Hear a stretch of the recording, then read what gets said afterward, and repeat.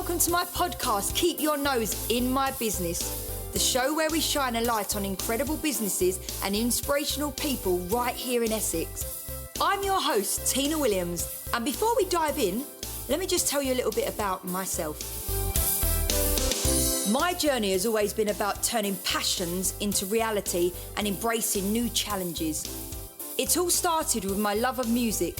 I'm a singer at heart, and performing taught me the power of storytelling and real human connections. From there, I stepped into teaching as a driving instructor, helping people gain their confidence and independence on the road. There's nothing quite like watching somebody get their license and the freedom that comes with it. I've also been investing in properties since I was 18, which has given me a solid understanding of business, resilience, and long-term vision. And of course, I'm the proud owner of On The Latch, a business that combines my passion for creativity and community spirit. And we even won Best Cafe in Essex 2024. Running my own business has shown me just how much heart and hard work goes into building something from the ground up. On top of all that, I'm a proud mum of two amazing boys who keep me inspired and motivated every single day. All of these experiences, from music and teaching to property and business ownership, and of course motherhood, have given me a unique perspective on what it takes to build, grow and thrive. That's exactly why I started this podcast, to share real stories from real people across Essex, to learn about their journeys and to celebrate their successes. Whether you're a business owner or dreaming of starting something new, or just curious about inspiring people in the community, there's something here for you. So thank you so much for tuning in.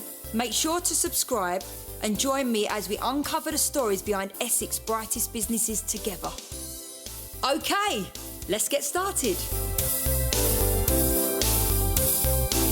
Hello everybody, so I'm interviewing an absolutely gem of a lady today. I'm so excited to interview this young lady. She's so inspirational. Her name's Ella, so I'm going to hand you over to Ella in a minute.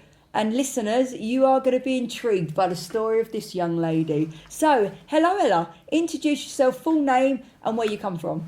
Hi guys, my name is Ella Middleton. You may know me as a rolling disaster on social media. It's Ella Mid on social media and TV. I do TV and social media full time. I am from Essex, teeth, tan and whatever else in between. I'm 27 years of age and I had a horse accent when I was younger, but it made me the woman that I am today. Bless you. So, Ella, I'm really intrigued about your life, right? And this is why I wanted to interview you, right? One, you are an absolute inspiration, and the mad thing about you is every time I see you, you're always smiling, right? You are so jolly, it's beautiful. And I look on social media and I see the stuff you're doing. You're always doing so much stuff that people dream about doing, right? Okay. So for the listeners that are listening, we're sitting in the restaurant today. Ella's come to the restaurant today because because it's nice and quiet now. Everyone's gone home. I know, it's blissful in here. Isn't it? I know, it's lovely. I've never seen it so peace. This is like the maddest it gets, as in like I get scared when no one's here. Yeah, I would as well. It's that time of year where it gets dark quick and I'd be like, hang on, is anyone meant to be here? Someone left something behind. I'm waiting for someone to just pop in. This feels weird for me even sitting in a restaurant when we're closed. So normally it's buzzing, and today we're sitting in on the latch and it's absolutely no one here and it's scary. But we're here and we're going to have a great time. So Ella, give us a little bit about your background. Where was you born? Have you got siblings? How was life? Let's go from there. So I was a cheeky little tomboy girl. I used to play football that I got scouted for at a young age. I've got an older sister, and me and my sister are 18 months apart. Like, my mum and dad clearly didn't have a TV back then because we're just 18 months apart. So I've got an older sister. I was born in London ways, and then my dad's from up north. My mum's a Londoner/Irish woman, and yeah, just been here, there and everywhere. I feel like I've basically lived in a suitcase without living in it. Whereabouts in London was you? I think it was Hackney that I was, but I could be completely wrong. I haven't delved in. I haven't been brave enough to delve into back in the day ages that I was born because I'm a bit scared. So how long have you lived in Essex? So I've lived in Essex for, when I was 5 to 6 years of age, we moved to Essex soil. But I've lived where I live now, near you, for about going on 15 years on and off. Wow. So I've moved out, come back, and moved out and come back again, and now I definitely live back. So technically you're not an Essex girl. Technically. But for quite a long time. So we'll take that. We'll take it. People say I might as well be the Essex girl because apparently I sound like the GC, but I definitely don't look like the GC. Bless you. So, going way back, right? Little girl, dreams, obviously. Yeah, big dreams. What did you want to be? So I wanted to be a footballer, or I wanted to be a footballer, a midwife, or a racer. So like motocross, quad bikes and stuff like that. I was never really into the girly stage until like later on in life, which was really bizarre. And yeah, so I thought I'd wanted to be that, and then all of a sudden, out of nowhere, I've turned out to be sitting on my bum full time in a wheelchair and sitting on the sofa on social media and going on TV. What a lifestyle change! No, but do you know what? I just look at your life, and you might think little things like you just sit. Oh my God, you're doing so much. You're doing stuff that people dream about. You're doing stuff that people aspire to do, and this is why it's so intriguing for me today to know what's going on in your life, right? So, thinking that you were that little girl, little tomboy, who did you play for? What team? So it's West Ham.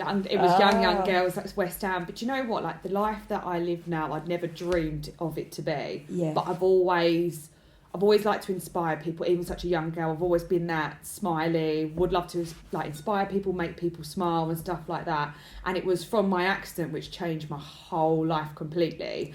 Are you okay to talk about that? Yeah, 100%. Yeah. Okay, Don't you have like a pretzel? Great. So explain to the listeners what's gone on in your life to lead you to where you are now. So when I was 11 years of age, obviously I rode horses my whole life. And when I was 11 years of age, I had a freak accident at a horse yard, at horse stables. And it was one of them accidents that was literally unexpected, unexplained. It could have happened to anyone. I had my hat and back protector on. And what it was, I was walking along with the pony. I was walking along the menage, but along the fences, just having a little bit of a warm up. A bird flew out the bush and he went up, and as he went up, he bucked. So he freaked out. Freaked out massively. Oh. I then went over when he bucked, went under, and my right foot got stuck in the stirrup. Then he cantered round the menage and jumped to jump, and I went with him. So yeah, knocked me out completely, 9 ways to sunset. Can't remember anything after that. Oh, right. And I remember waking up in hospital, and I couldn't really move my legs or anything. And it took them a year to diagnose me with my condition, because with the brain's a magical thing. Like the brain is such a vast, it's like a computer. Nobody knows enough about the brain, and it has such vast systems that no one knows or can understand or do or medicate or anything. So it took my mum, who is my absolute role model, took my mum a year to fight at the age of 11 to 12 to find me a diagnosis, because we didn't know what was going on, and I was just deteriorating, and tests and operations and deteriorating. So could you walk at all at that point when you couldn't? No, so I couldn't, and then I went into like rehabilitation, like you learn how to walk, talk, wipe your bum, do whatever you got to do, and I couldn't get on with it. Do you know what I realised? Because I was so young, obviously you start your lady bits and you're so young, you had to grow up really quick, and all of a sudden your life taking a 360, and everything's going on, and you then start to realise it takes a lot to click with people, because now you're living this whole new world that you didn't even know existed. But it made me the woman that I am today, because I love to show that every disability has an ability, and I love to show that everyone has a voice and everyone has a purpose. And it made me grow up a lot quicker than what most people did my age, because I was severely bullied in school, because after the accident, I went back into school like a year and a bit later. What, the same school you went back into? Yeah, the same school. Even at that point? Yeah, I remember a group of girls, they were meant to be my friends at the stage, and they were like, yeah, we'll go over to the field and talk, and they just left me in the wheelchair in the middle of the field. Oh no. But you know, it's stuff like that makes you stronger and make you wiser, because it makes you think, do you know what? You can do that, then I'm going to be a bigger person and take myself away. And it's a massive learning curve in every single scenario. It's just mad that you... Yeah, so I've got a condition called dystonia. Okay. So you can have that generalised, you can be born with it, or it comes through brain trauma and back trauma. So basically, obviously I had a brain and back injury, and with my legs. So that is where the condition... I thought it was a country when I got diagnosed, not going to lie. And I remember it so well. I wheeled in a room with my mum and my granddad, who is like my rock. And there was this professor who doesn't see anyone until they're 16, but my mum pushed him. So.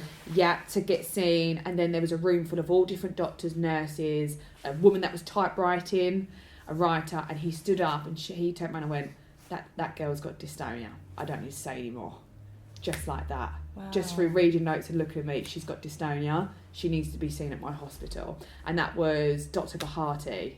Wow. But my condition affects 1 every 100,000 people in the UK.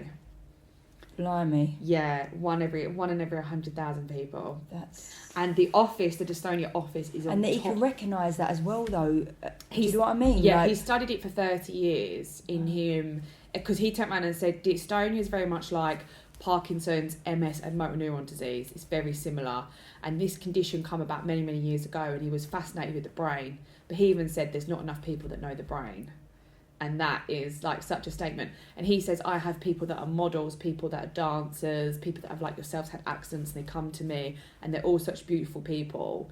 And his wise words that stuck to myself were, everyone gets dealt a card in life, but the worst cards get to the people that can handle it the most.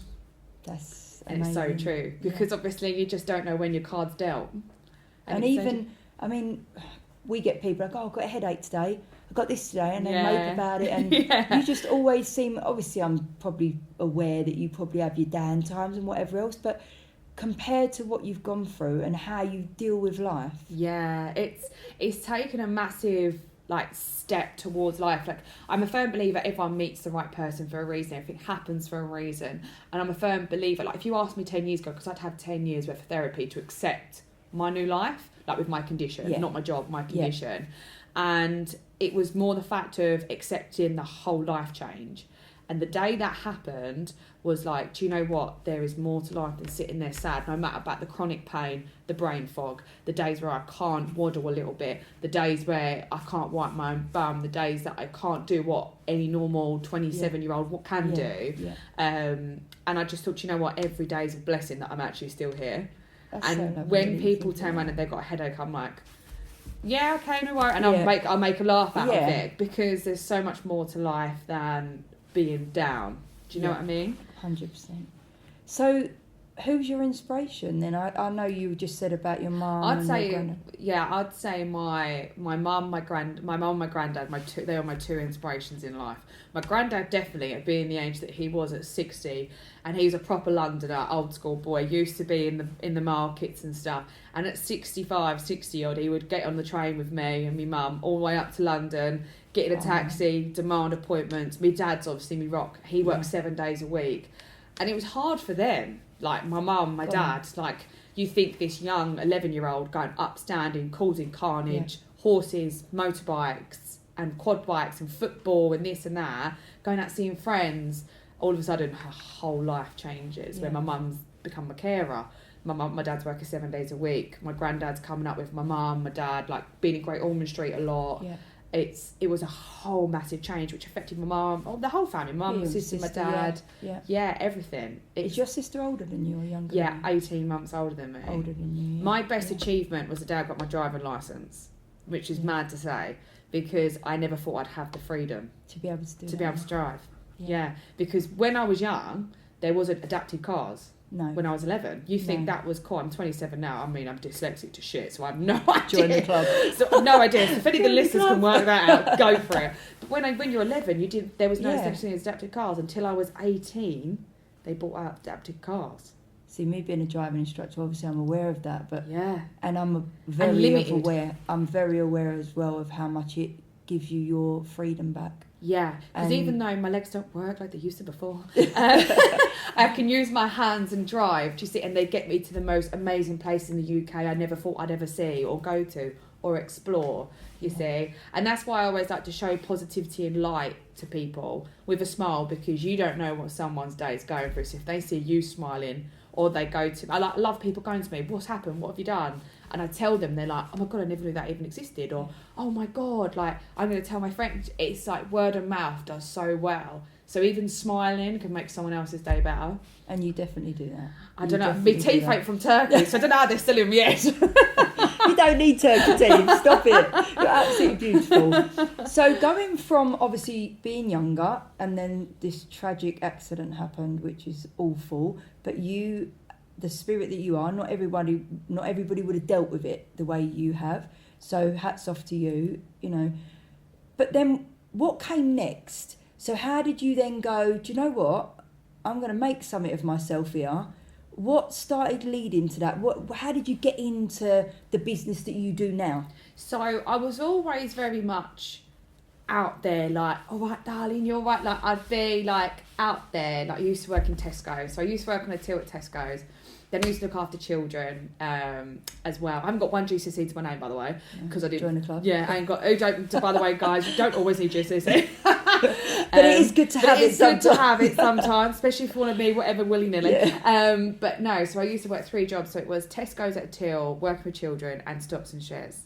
I just did like nights or days, and like tried. Even with my condition, it killed me. Like, it was absolutely soul destroying. I come away from working with children because it was too much on my physical or my disability, and then so I stuck with part-time, being on till, part-time, 2 days a week, stocks and shares. And then obviously COVID happened. Yeah. So then when COVID happened, everything went a bit sideways. Pear-shaped. It was a bit pear-shaped on a lot. So it was a lot for me for my job and stuff. Anyway, I was still working. I discovered TikTok. But then with that, I was just literally making fun of like my condition and just being me, just literally me and a camera, being myself, doing makeup videos, like popping wheelies and falling out the wheelchair and like everything else. But what made, and then my mum was like, we're private people, like, don't get yourself out there too much, because she was worried about safety, which you are, do you know what I mean, being a mum. Yeah. So I deleted the account, and then I thought, no, I miss it.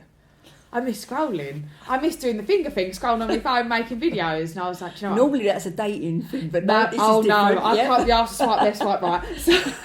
So then I re-downloaded it literally a couple of weeks later. And I thought, do you know what I am going to do? I'm not going to show the chair. I'm just going to show from the neck up and make funny videos. Then one day, within a week, there was a transition video. So basically it was like my face, it's like a video, it's like my face. Yeah. And then I like swipe the screen, then I'd come out in a wheelchair, and it blew up massively. Really? And they were like, oh my God, she's in a wheelchair. Oh my God, what's happened to her? What's gone on? Because obviously TikTok was so fresh, it's worldwide. Yes. But obviously when you delete your account back then, no one would even remember your face, because it was just like normal. There's so many people out there doing it. Yeah. And then within 4 months, I got a management team. And then within 6 months, they were like, it was like constant work, and I was. So they just came to you and said. Yeah, so I was their 4th person they ever employed, and they're still Wow. going 4 or 5 years later. And what did they ask you to do? So I got contacted, and they emailed me, because obviously I just had my email on there, like, because obviously that's how you connect to TikTok. Yes. And I had an email, and he was like, we'd like to manage you and stuff like that. I went to my old Doris, called me mum, the old Doris. I was like, what is this? Like, what the hell is this? And she was like, nah, we ain't doing that, because that doesn't look legit, blah, blah, blah, blah, blah. Then I said, let's have a meeting. Let's like do a FaceTime, because obviously it's COVID, we couldn't go and see him and everything else. And they just got an office, but nobody could go in because it was COVID time. Had a Zoom call with them, because that's when Zoom come out, all the big Zoom. Everyone was loving it. Everyone was loving doing it. Their family Zooms. I remember doing them. 100%. And bear in mind, I just quit Tesco's because it was putting too much pressure on my back and my condition. Because obviously it was constant, wasn't it? Constant. Yeah. It was busy at that time. It was busy, as well, and it was horrendous. And had a Zoom, and then I was like, do you know what? I'm just gonna bite a bullet. Mum went, really? Mum went, you were meant to be here for a reason. And she went, I've always been a firm believer that whatever you're going to do, you're going to do it. Yeah. And nothing's going to stop you. She was like, when you had your accident, I'll always be there for you, but I'd never stop you. Like, she never stopped me going to festivals, raving, clubbing, driving licence, the whole shebang. Yeah. She never stopped me doing it, because I obviously nearly lost my life. Yeah, so she's like, second chance, girl, go on. Go for it, girl. Yeah, you're like a cat with 9 lives, getting bent up like a pretzel, left, right, centre. Do you know what I mean? Giving her a near enough heart attack, left, right, centre. So I done it, and then I'm here today. My first red carpet event was Jean-Paul Gaultier. My first TV event was, and my first TV debut was Blankety Blank with Bradley Walsh. Wow. Blankety blank, blankety blank. I've not even seen that. Have you not? No. I've got the gold checkbook and thing. pen. That's so funny. Yeah, I've got the checkbook and pen. Like, mantelpiece, probably got more dust than anything else on it, but dust Wasn't everywhere. there something about Love Island as well? Yeah, so what happened with that? So I got asked on Love Island loads of time, like quite a few times. So I won't say loads because that's making me bigger than what it is. Yeah. But obviously, I got asked on Love Island a fair few times. I kept declining it. Then they were like, we want someone on there with a disability. Okay. So I went for it at the time. I was like, all right, cool. I'm an eye opener. Then the day before I was meant to go out and fly, I cancelled. Why? Because I had a proper sit and think about it, and I was like, if I go on there and they don't know I'm disabled, that's going to ruin not only myself but my mental health. Does that make sense? Yeah. And I'm so glad I never did it, because it's one of those where like the riffraff behind it was just madness. It could have been, it could have blown up in a totally different way that you didn't want it to do. And also, I'd love to bring positivity to people disabled, but then there's also the minority that can also be quite vile. Right. And I thought it's even going to go one or two ways. Like, could you imagine not being picked because you're in a wheelchair? Yeah. Like, Yeah, how and then soldiers... And then you've got you're on national TV. Yeah. Obviously, I would love to change that narrative, but that comes with time. Yeah. And that's why I don't... Like, I got asked, I'm mad at first sight. I thought, I can't be living with... I can't go abroad with a stranger. No way in a million years. I can't even run away. But, without being rude, take your wheelchair out of it. You're a great girl. You're absolutely stunning. Oh, thank you. You've got so much to give. Your positivity is ridiculous. It's off the scale. Oh. So, you know, I understand your worries and your concerns about all of that. But from my point of view, it has to be right for you. 100%. So I guess for you not doing Love Island, it hasn't done you any harm. No. You're still doing what you're doing. You're being positive in what you're doing. I mean, I watch Married at First Sight all the time. Oh, have you I'm seen a the bit of a recent? saddo. Have you seen the recent one? Oh, God. Oh, it's all Ain't it carnage good? love. It's good. Isn't it? I don't know how she's got the balls to do it, to be see, honest. we stop it and we watch it at night, me and Gary. We're we're obsessed with it every night. But now we've got Me and my I'm a partner the Celebrity same. at the minute, I'm a so it's a celeb. bit of competition at the minute. Do you know, that is one show I would eat. Camel's toe, I bet you I would would. eat a ball Yep. bag, I would eat whatever put in front of me, I'd eat it. I'd love to do that show. I would honestly. Then that's the one, isn't it? Do you know, that is the money maker. If I could ever do, it's not even about the money, but that, because the money's irrelevant, Yeah. but the fun you'd have on Yeah. that. And I feel like with I'm a Celeb, it's not scripted as much. No. You can just be yourself. Yeah. And that's what I love about TV. And they do. is By the being end yourself. of it, isn't it? They look like they've had the absolute time of their life. And they've got no I'd social love it. media, no Yep. phones, they've just been Yep. themselves. And I would crave that. Because you're always on it. Yeah, could you Yeah. imagine 3 weeks in a forest, sunshine, probably God knows what to brush your teeth. Yeah. Someone's yeah. got to clean the dunny. Yeah. You got to eat your ways to your life content in rice and beans. You got no salt. Could you imagine? Yeah, I'll probably last a little while. I think I could do it. You could do it, I could do 100%. it. I You could got do more it. balls than a rhino. But the only thing I really don't like is rats. Oh, mine are spiders. Oh no, see, Anything I with could more do a than 4 legs, spider, I'm I off. could do it, I can do a snake. Actually, I could do with the rats. The thing I probably couldn't do is the drinking and eating stuff. Drinking. Yeah, I can't even have Movacol. Like, I can't even drink that.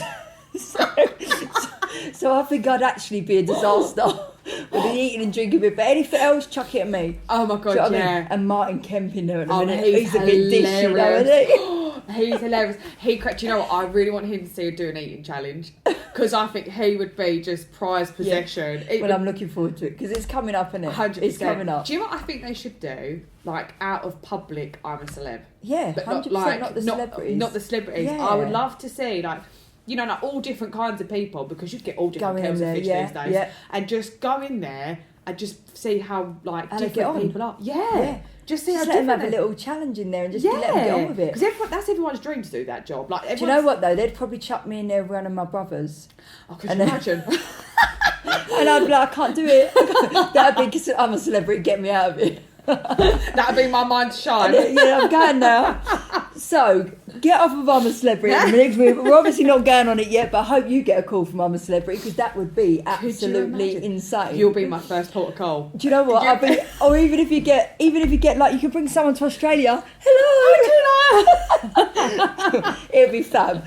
So you've said your inspiration, right? Mum and granddad, which is amazing, and dad. So that's amazing. If you had to, right?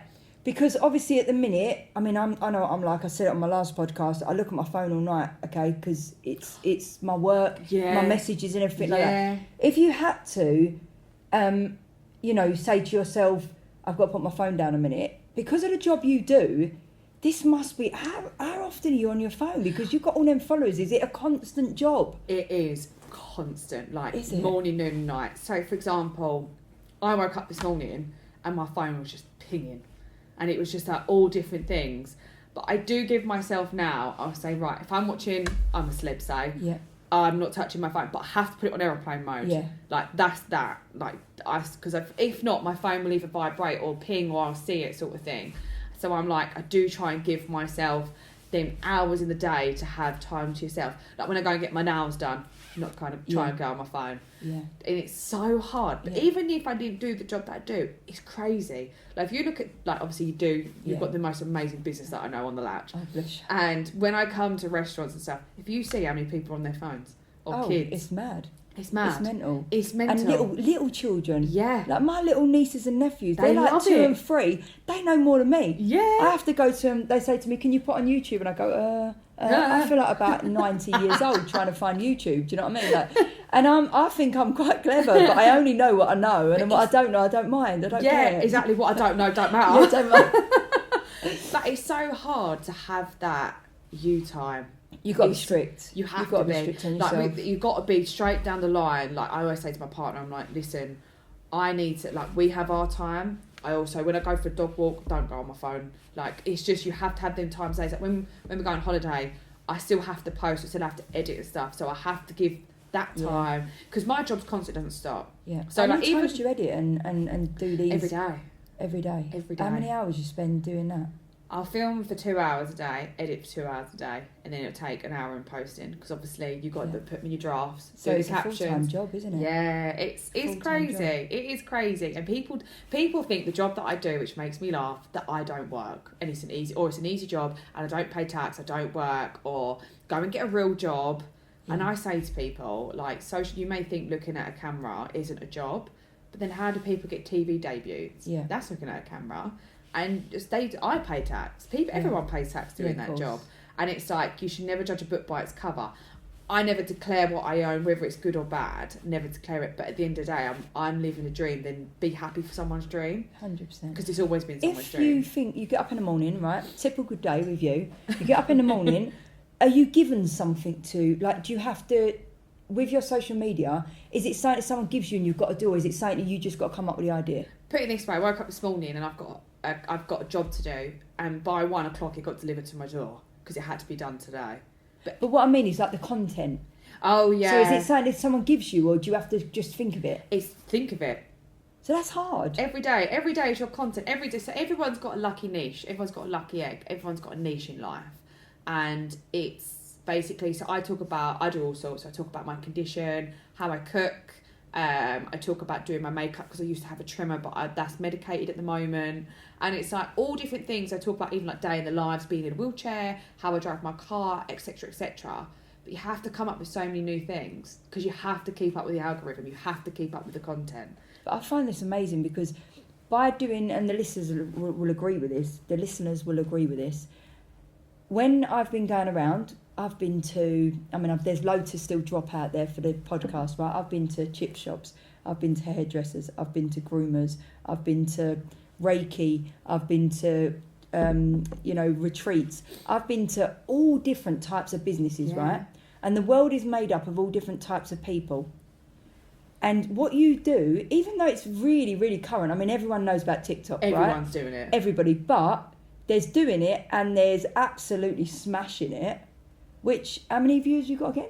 So I've got in total, I've got 1.8 million on TikTok, but in total on like 1.8 million. Yeah, so like right? on TikTok, that watch Instagram, you. Yeah, but then obviously in total it's like 2 million with other platforms.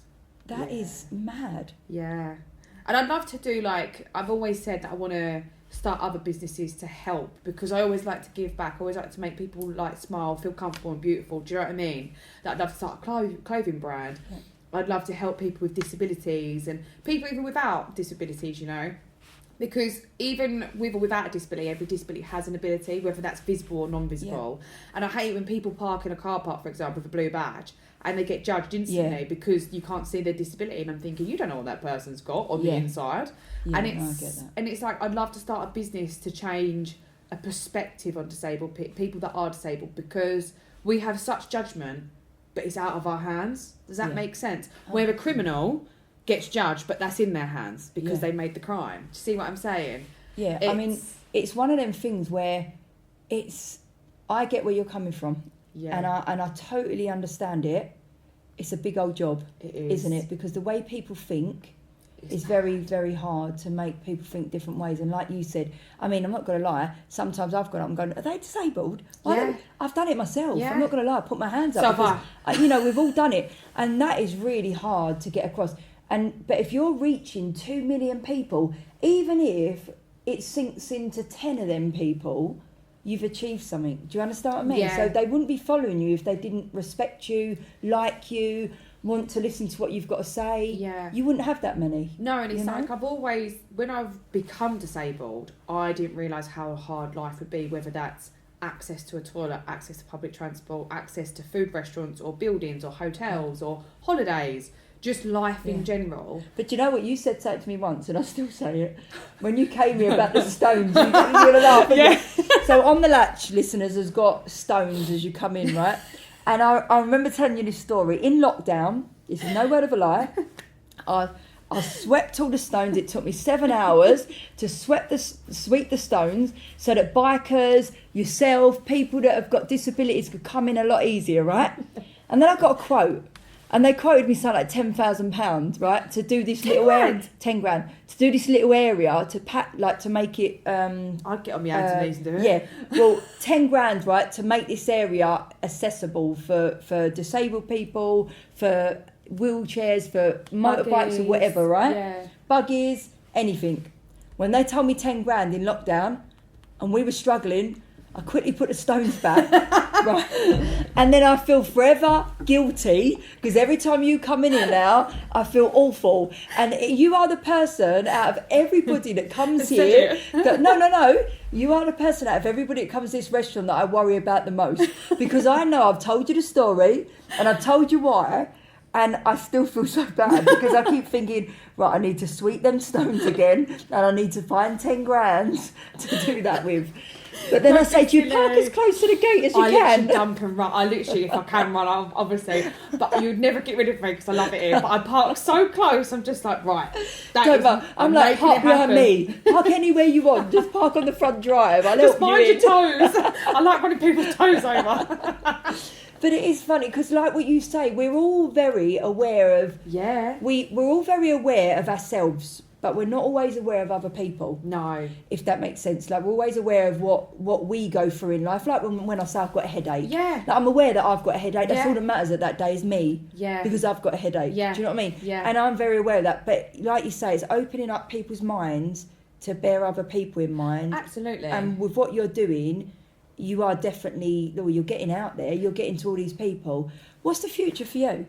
The future, I hope, is to grow more, hopefully be on TV more, and also have a voice for everyone, because I like to, when I get messages from followers and they go, Ellie, you've helped me get out of bed today, or you've helped me make a cup of tea today, or you've helped me go out and actually have a day out, that is my purpose in life. That's amazing. Is that my story is not only help someone that's struggling mentally or struggling to not have a voice, struggling physically, but they're like, I want to be like you. And I don't think I'm a celebrity. I don't think I'm anything. I just think I'm little it's Ella Mid, legless society. Do you know what I mean? Yeah. I'm just a little girl in Essex, literally 5 foot, absolute nothing, that chats shit for a living. And it's like, I never thought I'd be that person. And they're the people that follow me and they message me like, you're an inspiration. You got me out of bed today. You helped me do this. You helped me go and get an appointment. You helped me, whatever it is. And I'm like, that's my purpose every day of why I do the job that I do. But listen back to what your doctor said. I know. And that's quite freaky That's and quite scary, isn't it? Yeah. Because there's only so many people that could probably do what you're doing. Yeah. I don't know anyone like you. Really? I'm not just saying that. I genuinely don't. Really? And I mean that. Like, I genuinely know nobody like you. Really? Yeah. I honestly think you're an absolute inspiration. Oh, thank you. And that to have somebody that I know like that in my life, and for other people to see what you're doing, is just amazing. So obviously it's been really hard for you, but you've not really let that show too much on the outside. Obviously, I'm sure there's days that you don't feel your best. Like, you're human at the end of the day. I'm dug up and defrosted right now. I'm freezing. I'm joking. You know what I mean? Like, it's one of those things where we see you smiling, but I'm sure things ain't always like that. If somebody, whether they've got a disability or whether they haven't got a disability, but they want to get into TikTok Yeah. or social media Yeah. or want to be on TV. Obviously, I know this is very early for you, as in you've got all them followers, but it's still, you've got so much more to do, so much more to give. You're 27 years old, like you've got so much more time. What advice would you give to somebody wanting to get into, because like your mum was worried, not everybody's the right people out there. It's not all singing and dancing either. It's not all glam. No. What advice would you give? I would say, literally, if you want to be a social media influencer or get talking to YouTube or just have a voice in general, you want to just do that and have that voice, pick up that camera and just do it, and have strong skin when it comes to the small minority of bullying and the keyboard warriors, because we all get them. But it's literally, you want to do that job, or want to, you want to have that fun, be that personality, or be you. All I say is, in the camera, be you. Don't be someone that you portrayed to be. Yeah. Be yourself. Have fun. Be honest. Be you, and just shine for a phone. Just shine for a camera, and then just upload it. And if you ever sit there and go, "Oh, that video's not good," post it anyway, because actually the ones that you don't think will gonna do best are the ones that do best.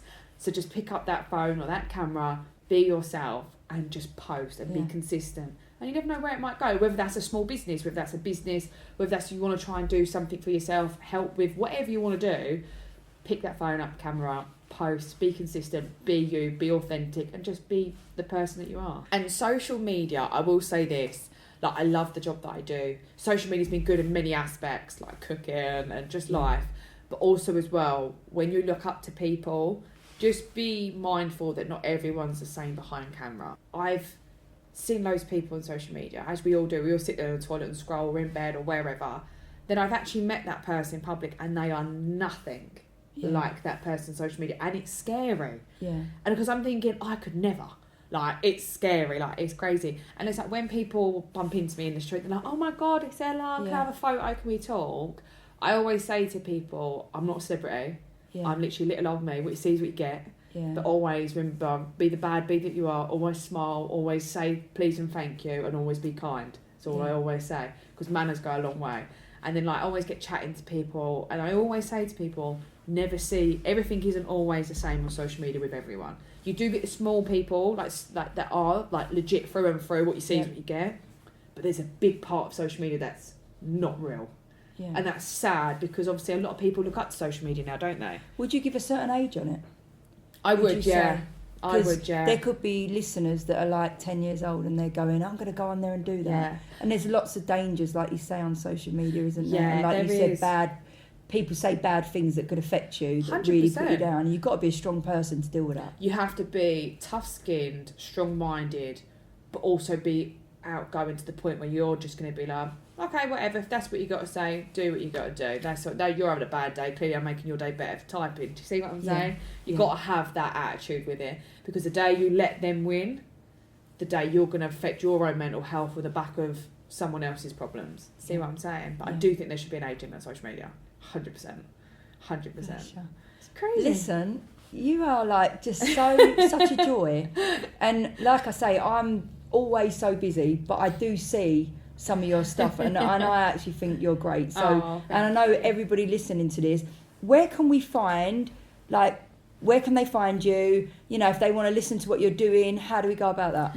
You can find me YouTube, Instagram, TikTok, Facebook. It's under It's Ella Mid, ITSELLAMIDD. It's Ella Mid. You can't miss me. I'm the wheeling liability. You can't miss me. Blonde teeth in a wheelchair and tan and tattoos. You can't miss me. And 3 foot nothing in it. Oh, bless you.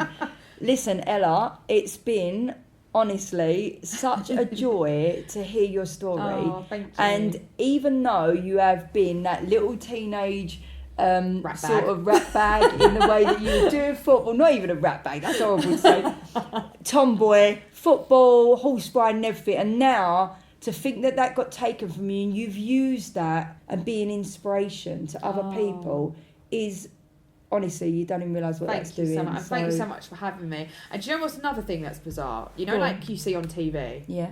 Like, I've done modelling and been on TV and red carpets.